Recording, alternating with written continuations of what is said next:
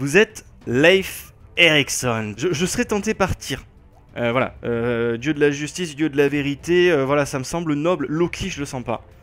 Honnêtement, j'ai pas du tout envie de m'engager sur le chemin de Loki. Un marchand de vin est arrêté sur le côté de la roue de sa carriole cassée. Moi, je vais l'aider.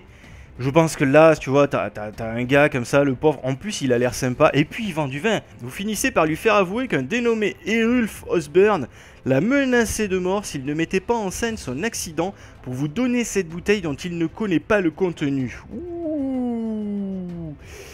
Ah ouais, pou pou pou. D'accord, on en est là. Je me dis que... Hein? Loki. Allez Loki. Donc on va prendre la faveur de Loki. Donc il y a le commerçant chrétien, lui je sens que ça va être une bonne poire lui, le commerçant chrétien là. Il vous invite à vous rapprocher de son église. Je le vois venir lui. Donc j'ai Saint-Christophe, j'ai Loki et j'ai Slood avec moi si tu veux. Qu'est-ce qui pourrait m'arriver? Franchement, je ne vois pas. Le combat semble gagner. Quand vous apercevez qu'il dégaine discrètement une lame des plis de sa tunique. Putain, mais c'est pas loyal ça, monsieur! La foule célèbre d'autant votre triomphe. Certains, dans leur liesse, vous portent à bout de bras en scandant « Leif, tombeur de géants ». Oh, c'est beau! Ah, c'est beau, je ne vis que pour ça. Vient alors la proposition d'une nouvelle loi proposant d'accepter et de protéger la pratique de nouveaux cultes, de nouvelles croyances. Ah, je vais pouvoir briller en politique, là, je sens. Il vous enjoint à regagner votre navire et à rentrer chez vous immédiatement. Votre sécurité n'étant plus assurée ici. Donc on prend la mer. Oh, joli, joli, j'aime bien.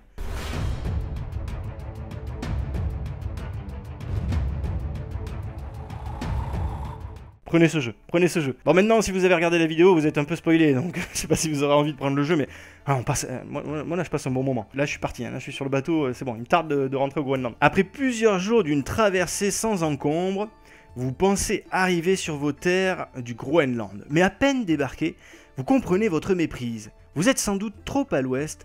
Vous reprenez la mer et pointant nord-est, vous accostez enfin sur vos terres. D'accord, donc c'est le fameux « j'ai trouvé le Vinland par mes gardes ». À l'approche de Bratahild, votre village, vous notez une activité inhabituelle autour d'un nouveau chantier. Des hommes que vous ne connaissez pas sont occupés à bâtir un édifice étrange dont les formes ne vous évoquent rien de connu en terre nordique. Ça sent l'église, ça. Alors que vous entrez dans la demeure familiale, vous surprenez votre mère en grande discussion avec une jeune femme qu'elle vous présente sous le nom de Gudrid Sorbanardottir. Chaud bouillant.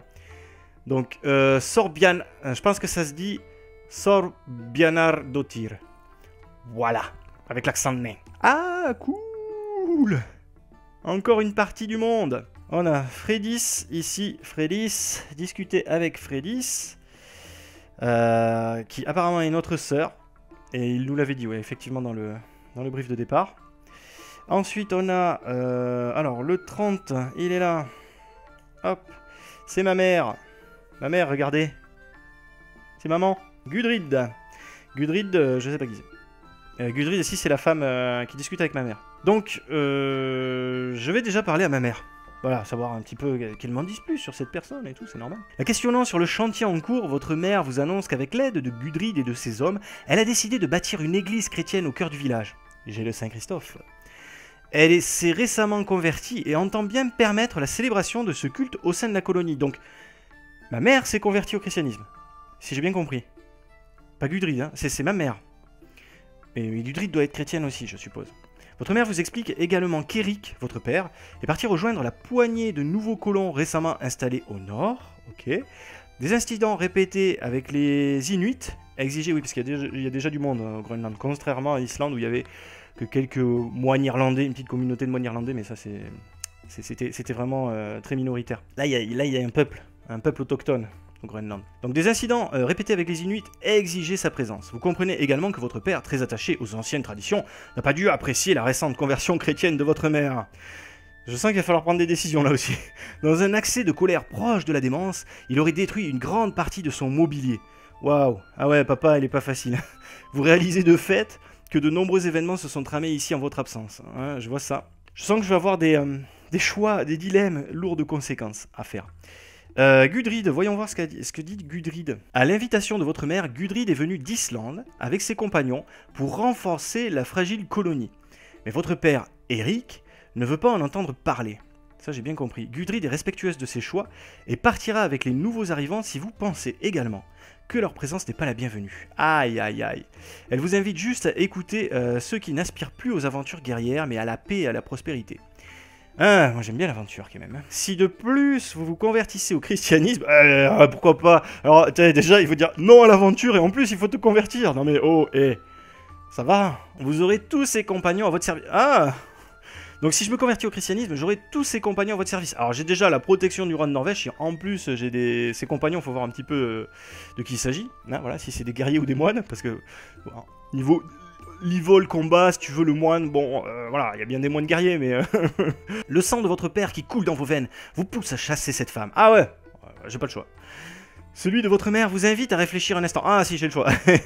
Alors, soit la voix de la réflexion de ma mère, soit la voix de la colère de mon père. Choisir cette voie vous conduirait à mettre fin au tumulte d'une vie de danger et de menaces et à présider la destinée de la colonie vers un avenir plus apaisé et harmonieux. Gudrid se retire vous laissant à votre choix. Merci. Accepter et se faire baptiser, quoi. Ok, ça c'est chaud. T'imagines le choix pour un...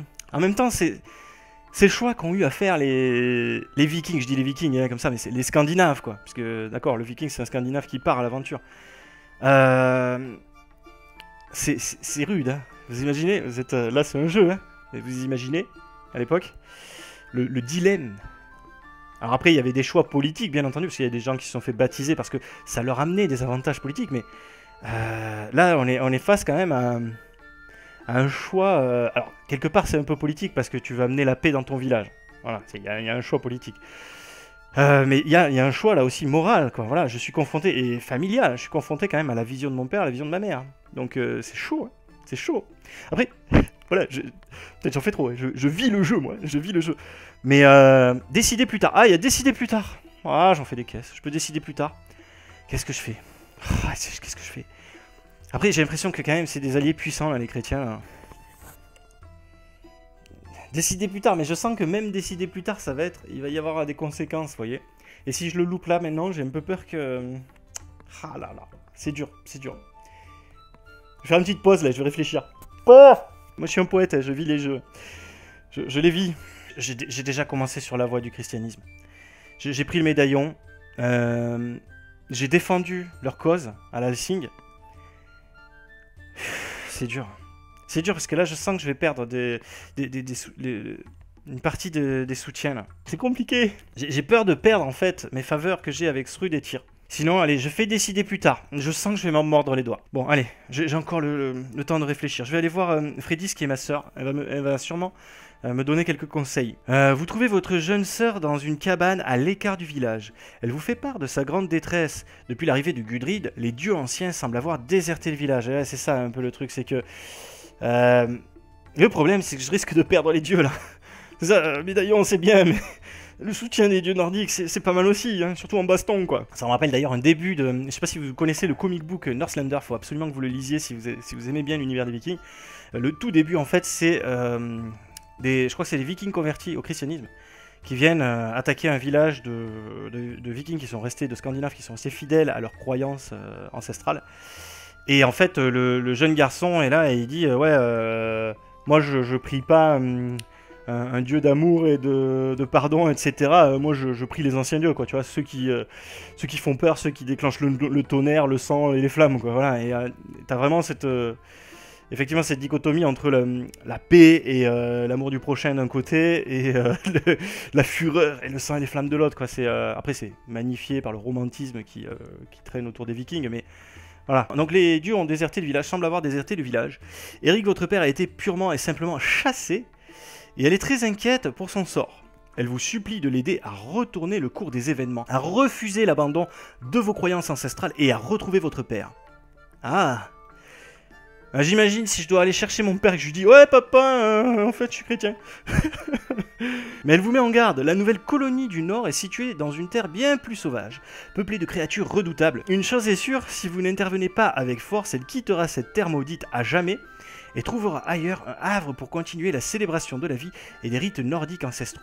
Et tant pis pour votre mère, devenue chrétienne, elle mérite maintenant le châtiment des traîtres. Oh là là, c'est chaud la famille là. Je peux choisir de rejoindre mon père, je défausse toutes les cartes actions, je pioche 34, machin, tout ça, ou décider plus tard. Oh là là, mais là maintenant il faut prendre une décision.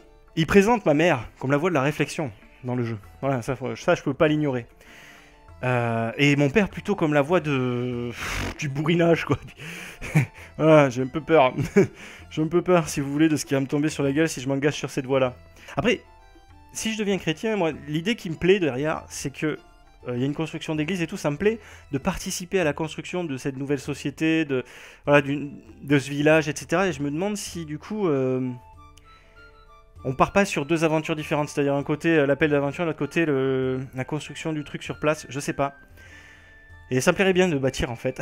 C'est mon côté joueur de jeux de cubes en bois et tout. Ma soeur va se barrer. Hein. Ma soeur va se barrer si je fais ça. Après, si je pars à l'aventure, le médaillon de Saint-Christophe, même si j'ai pas l'appui des chrétiens, le médaillon de Saint-Christophe, il te protège. C'est le médaillon des voyageurs. Voilà, vous me suivez? Donc je me dis, allez, on va rejoindre le papa. Vous prenez la route du nord qui mène aux avant-postes de la colonie. Vous avez hâte de retrouver votre père et de lui raconter le déroulement de l'Alsing. Au deuxième jour de marche, un sifflement vous tire de vos pensées. Vous baissez instinctivement la tête alors qu'une flèche tirée dans votre direction vous frôle. Une embuscade. Les flèches viennent de toutes parts, les assaillants sortent alors de leur cachette, armes en main.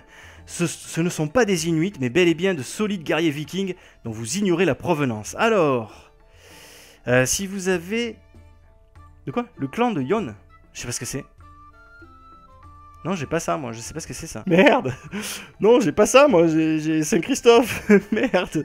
Ah non, sinon, bon, du coup, merde, ça va mal se passer. Les guerriers sont bien plus nombreux que vous. Vous vous battez avec toute votre rage et réussissez à en faire passer plusieurs de vie à trépas. Allez, direction le Valhalla, mon gars. Vous finissez néanmoins par succomber sous les coups qui pleuvent de toutes parts. Ah merde, je succombe. Oh non, vous êtes mort. Piocher 13, il lisait là immédiatement. Attends. Alors que vous quittez ce monde, vous apercevez les nombreux chemins conduisant la cohorte des défunts vers leur nouvelle demeure. La plupart des guerriers se répartissent entre le Valhalla et le Folkvanger. Le royaume de Ran accueille ceux qui périssent en mer, alors que le Nastronde, la rive des cadavres, accueille les parjures. Mais les dieux semblent hésiter quant à votre sort, et aucun de ces chemins ne s'ouvre à vous. Il semble que votre rôle dans ce monde ne soit pas terminé. Ah, ça va. Alors, défaussez la carte dieu de votre choix. Je sens que là, dans les terres sauvages, il faut garder la force. Donc on va garder ce rude, on va défausser tir. Donc, vous vous éveillez le corps endolori, le regard hébété. Les dieux ont été cléments et vous ont épargné pour cette fois. Mais il vous faudra redoubler de prudence par la suite. Ouais, tu m'étonnes. Donc apparemment, tant que j'ai des dieux en ma possession, ça va aller. Vous repoussez tant bien que mal l'assaut et reprenez la route au pas forcé. Ah, c'est cool, c'est vraiment, ouais, c'est un... Ok, une sauvegarde. Un continue. Après 2 jours de marche harassante, vous rejoignez la limite septentrionale de votre domaine. Vous apercevez d'abord des colonnes de fumée, puis vous approchant encore des cadavres jonchant le sol. Le fortin n'est que désolation. Dans les ruines du bastion, vous découvrez enfin votre père, Eric, en compagnie d'une poignée d'hommes en piteux état.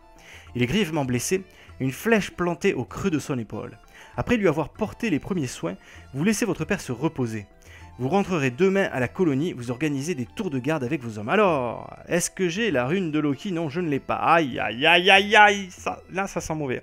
Putain, j'aurais dû rester à la maison. J'aurais dû écouter maman. Vous vous éveillez en sursaut au milieu de la nuit, juste avant d'apercevoir le reflet de la lame s'enfonçant dans vos entrailles. Putain, c'est pas vrai. Ah, putain, j'aurais dû rester là-bas. J'aurais dû me convertir. Piocher 13, donc c'est toujours la même. Hein, voilà. Et donc, je peux me défausser d'un dieu. Aïe, aïe, aïe, aïe, aïe, c'est catastrophique, là. Un pressentiment vous éveille en sursaut. Qui sont ceux qui vous attaquent? Les hommes d'Erulf Osbern, comment savent-ils? C'est à ce moment que 2 de vos hommes sortent de longues dagues qu'ils pointent vers votre père. Vous bondissez de votre couche et les éliminez. Vous reprenez la route de Bratahild. Votre père, très affaibli, vous confie la communauté. Vous en devenez chef, auréolé de votre capacité à déjouer les menaces. Super. Face aux supplications de votre mère, vous décidez de laisser la liberté de culte à votre clan. Vous inaugurez un nouvel âge espérant que vikings et chrétiens puissent vivre en harmonie. Ici s'achève la saga de Leif. Maintenant, Godi, sage et respecté du Groenland. Mais il n'est pas dit que le sang de votre famille ne mène vers d'autres aventures. Vous en avez fait votre part et empli de la fierté d'avoir sauvé et honoré l'héritage de votre père, vous laissez maintenant à d'autres le défi de mener cet héritage vers d'autres destins. Ah bon? Ok. Ah, d'accord. Alors, vous savez quoi? Ok, je vais changer de personnage. C'est rigolo. Ok, donc c'est ma descendance, c'est qui? Fredis Eriksdottir, c'est qui? C'est la sœur, ça, non? Donc ok, maintenant on est un nouveau personnage.